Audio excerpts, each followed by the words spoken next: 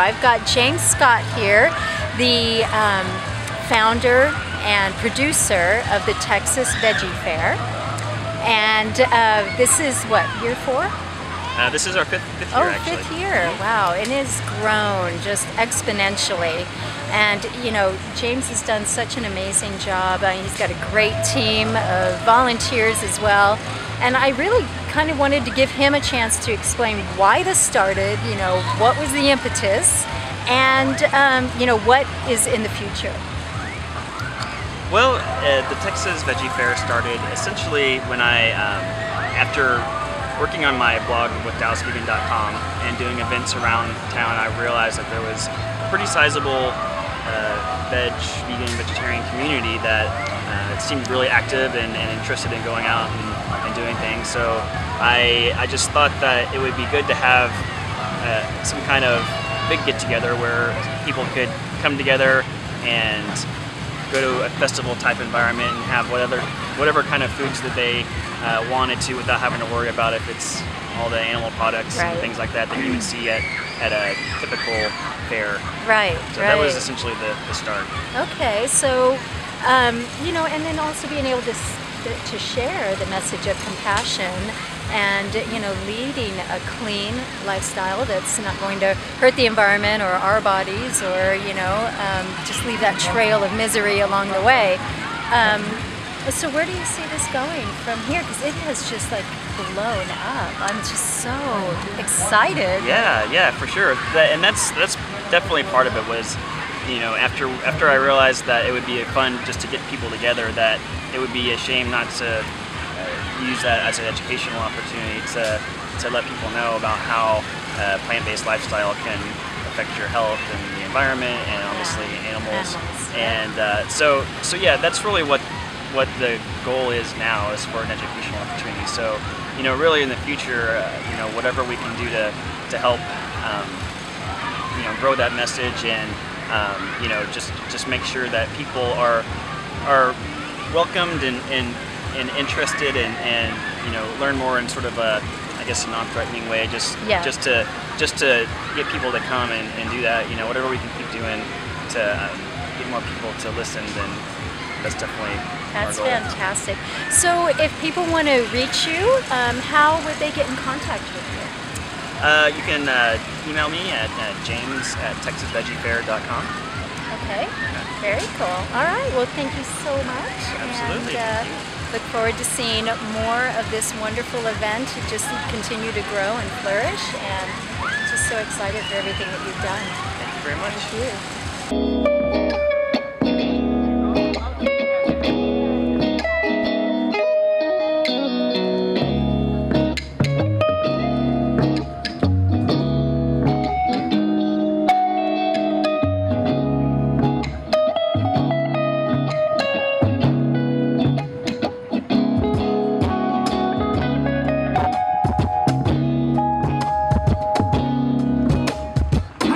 Veggie Fair. I said, how y'all doing, Veggie Fair? I know y'all didn't come out here just to be quiet. So when I do my show, like I encourage crowd participation, right? So when I talk to y'all, I want y'all to talk back to me. Is that all right? See, you passed your first test right there. Give yourselves a round of applause. Certified. USDA certified. Okay. We're gonna warm up just a second. My name is Bellamy. Y'all say, hey, Bellamy. Hey, y'all. How y'all doing? So we're about to play a little bit of soul music for you guys today.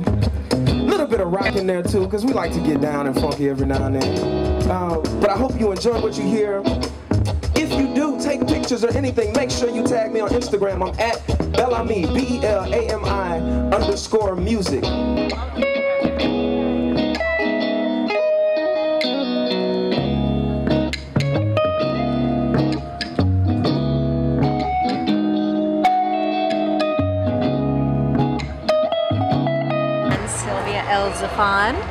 The photographer extraordinaire for all things compassionate and beautiful in this world. And you just like got off a plane, right? You were in California. I was in LA shooting the Environmental Media Awards, and among other things, like for Gardein, it was a full week. So wow, yeah, but it's good to be back home. You and me, words just disguise all the things that you be. What is deep, deeper than sleep, so only you knows that you be. What is deep, deeper than sleep. Hi, I wanted to show you one of my gorgeous friends and clients, Whitney. I wanted to share her with you because she's made such a huge shift in her lifestyle, and she's just beaming and glowing. I mean, look at this gorgeous girl. And I wanted her to share with you the changes that she's made to actually get from where she was to where she is. And so kind of just give us some highlights of what you're experiencing before health-wise and where you are now, and what are the steps that you took to get there? Yeah, absolutely. Before I was on a whole foods plant-based diet that was mostly raw, I was experiencing a host of symptoms from my poor dietary choices and lifestyle choices. I was just chronically ill all the time. I was fatigued. I had heart problems actually at 27 years old, which kind of scared me, and so I decided to do anything. I was desperate to feel better. I had sinus problems, congestion, could hardly hear, postnasal drip every day of my life. Terrible digestion. I mean, you name it, it seems like I had everything going on. So that was me before. No energy, just felt lifeless and hopeless, honestly.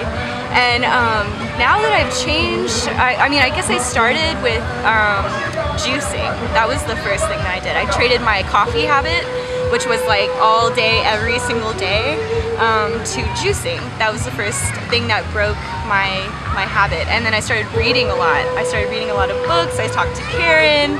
I watched a lot of documentaries. I really put in the time and the education that it took to get me to where I am today. So I started with juicing, and then I did more smoothies. I ate more plant-based foods. I ate a lot of junk food too for about 6 months, animal foods, and then for 2012 I just took the leap into vegetarian diet. And for about a month I did that, and I was like so curious about vegan, and hey, if I just try vegan for a month, how am I gonna feel? And about a month into being vegetarian, I went all the way vegan, and then I just kind of stayed. I think I had animal products a little bit here and there, but they made me so sick that I was like, I'm just gonna stick with vegan. And then I was a junk food vegan for about 8 months. I felt a lot better. I felt a lot better, and then about 8 months into that, I started with the high carb, the low fat, the high raw, and that's when my life transformed, like literally transformed, and the stubborn weight just melted off of my body. I had insane energy. I went on a run for 45 minutes straight when I was on a 2-week cleanse, and I literally cried tears of happiness. I had never felt that good in my life, not even when I was 5 years old. Yeah. And that's really what did it for me. I just kind of stuck with it, and now I'm about 90% raw, and I try to behave myself as best as I can. I feel amazing, and all my symptoms are gone. The only thing that I'm dealing with right now is the rest of the congestion in my head from my past dairy addiction. So that's really it, and it's on its way out. I feel euphoric, I feel amazing, I feel healthy, vibrant. Everything's improved. My nails are strong, my teeth are great, and like my body is just in good shape. Yeah. One of the things that Whitney and I had worked on together was the fact that, you know, you have to really inform yourself. Knowledge is power. And you actually have to take those actionable steps. And she was willing to do that. And when we talked about fruit and its impact on cleansing and detoxifying the body, she was all for it. She didn't freak out and go into that whole mode of, oh no, as soon as she heard fruit, she heard sugar. She was like, really? I get to eat fruit? She was so excited. Love fruit. And through that, she experienced an immense amount of healing. So fruit are the cleansers, the greens are the builders. You need to do both. It's really, really important. And again, instead of standing back and dissecting everything and reducing everything and pulling it apart, she said, you know what, I'm just going to do this. And she did it, and look, Yeah. I mean, gorgeous. So much happier today. Yeah. It's worth it. Yeah.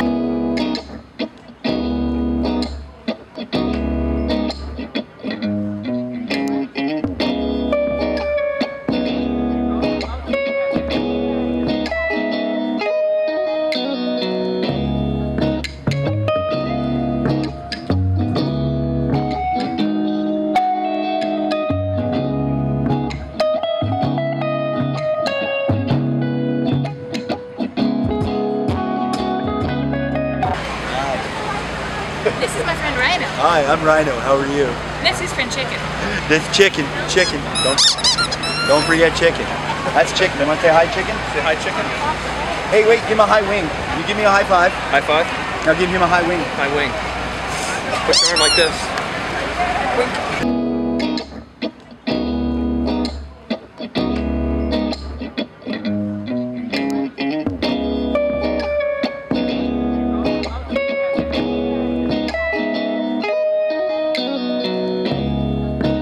Oil that we've known this for a long time. Dean Ornish, 1993, reversed. He was the first person to reverse heart disease. Esselstyn's just did it. How'd they do it? With a no oil, extremely low fat diet. It takes 16 ears of corn to make 1 tablespoon of corn oil. And I don't know anybody that can eat 16 ears of corn, not even you food. Not whole food like donuts and bagels. I don't mean food with a hole. I mean whole food. It's all in the eyes, you and me. Words just disguise all the things that you be. What is deep, deeper than sleep, so it's all in the eyes, you and me. Words just disguise all the things that you be. What is deep, deeper than sleep, so it's all in the eyes, you and me. Words just disguise all the things that you be. What is deep, deeper than sleep, so only it knows that it's all in the eyes, you and me. Words just disguise all the things that you be.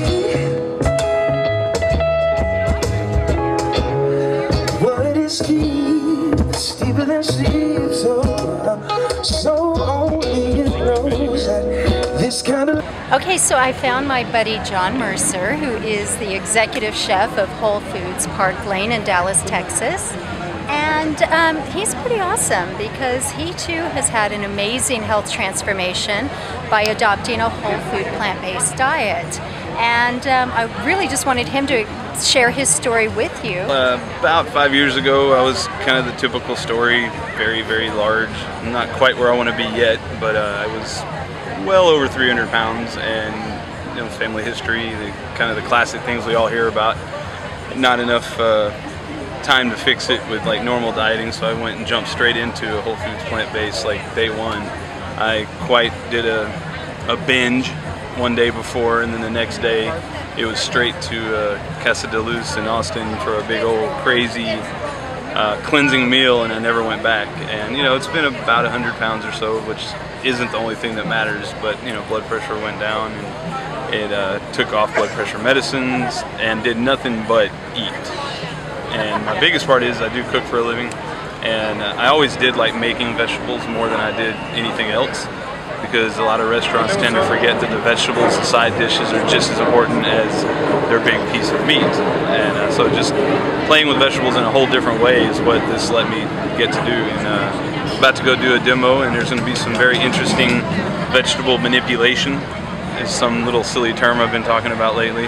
And not using vegetables in some weird, you know, molecular gastronomy way, making balloons out of squash or something, but just taking vegetables and making sauce bases with them that taste just as great and creamy and delicious without all the fat and no cholesterol. One of the things that John prepared was this amazing macaroni and cheese using a vegetable, what was it? It's a butternut squash based macaroni and cheese sauce, a little cleaner, you know, there wasn't a whole bunch of you know, imitation cheeses in it or a lot of tofu in it. It was a little cleaner version. It was still whole wheat pasta, and it also, we made buffalo cauliflower florets. Oh, they were so good.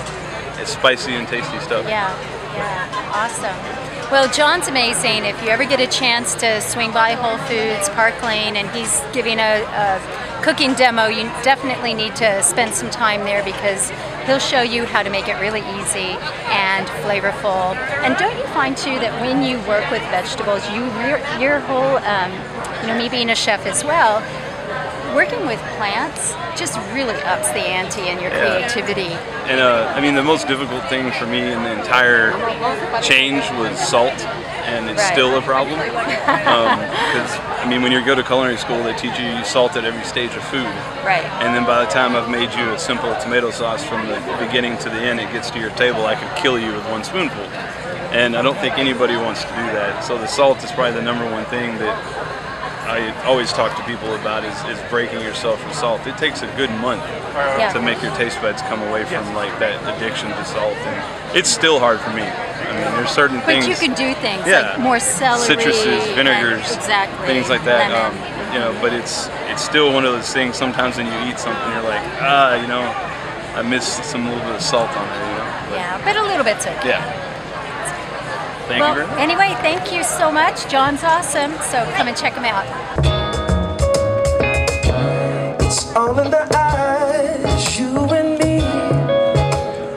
Words just disguise all the things that you be. What is deep, steeper than sleep, so only it knows. It's all in the eyes, you and me. Words just disguise all the things that you be. What is deep, steeper than sleep, so concrete, can't hold it. Hearts feel riotously.